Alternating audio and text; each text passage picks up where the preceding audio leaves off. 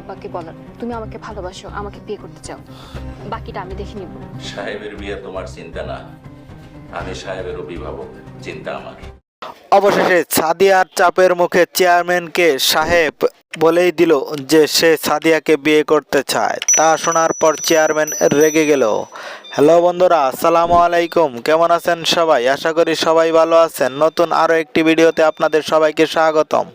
তো বন্ধুরা, ইতিমধ্যে আপনারা সাহেব নামে গোলাম নাটকের 3টি পর্ব দেখে নিয়েছেন। আপনারা কারা কারা সবগুলো পর্ব দেখেছেন অবশ্যই কমেন্ট করবেন।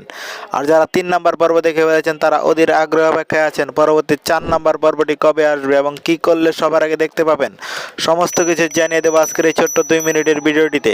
তাই সম্পূর্ণ ভিডিওটি দেখতে থাকুন কোনো রকম স্কিপ করা ছাড়া। আর হ্যাঁ বন্ধুরা, ঈগল টিমের সকল নাটকের আপডেট সবার আগে পেতে এবং নিয়মিত নতুন ভিডিও পেতে চ্যানেলটি সাবস্ক্রাইব করে পাশে থাকা বেল আইকনটি বাজিয়ে রাখবেন, তাহলে সকল নাটকের আপডেট পেয়ে যাবেন সবার আগে। তো বন্ধুরা, আপনারা কিন্তু দেখতে পেয়েছেন সাহেব নামে গোলাম নাটকটি কিন্তু 3টি পর্বের মধ্যে অনেক জমে উঠেছে এবং আপনাদের অনেক জনপ্রিয়তা অর্জন করেছে আপনাদের কাছে। তো বন্ধুরা, এই নাটকটিতে এখন আপনারা দেখতে পেয়েছেন সাহেবকে কিন্তু ফাঁসানোর চেষ্টা করেছিল সাদিয়া। অবশেষে সেই সাদিয়াই সাহেবের প্রেমে পড়ে গেছে। সাদিয়া এবার সাহেবকে প্রেমের প্রস্তাব দিয়েছে, কিন্তু সাহেব রাজি হচ্ছে না, কারণ সে মালিক আর সে গোলাম। তো বন্ধুরা, আপনাদের কাছে এখন এই নাটকের পর্বগুলো কেমন লাগছে অবশ্যই কমেন্ট করে জানাবেন। আর পরবর্তী পর্বগুলো কেমন দেখতে চাও সেটিও কমেন্ট করে জানাতে ভুলবেন না। আপনাদের মতামতের ভিত্তিতে ঈগল টিম তাদের পরবর্তী পর্বগুলো নির্মাণ করবে।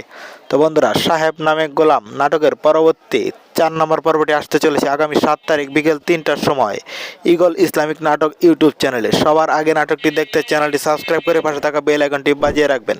আবারও দেখা হবে নতুন কোনো নাটকের নতুন কোনো আপডেট নিয়ে। সে পর্যন্ত সকালে ভালো থাকবেন, সুস্থ থাকবেন।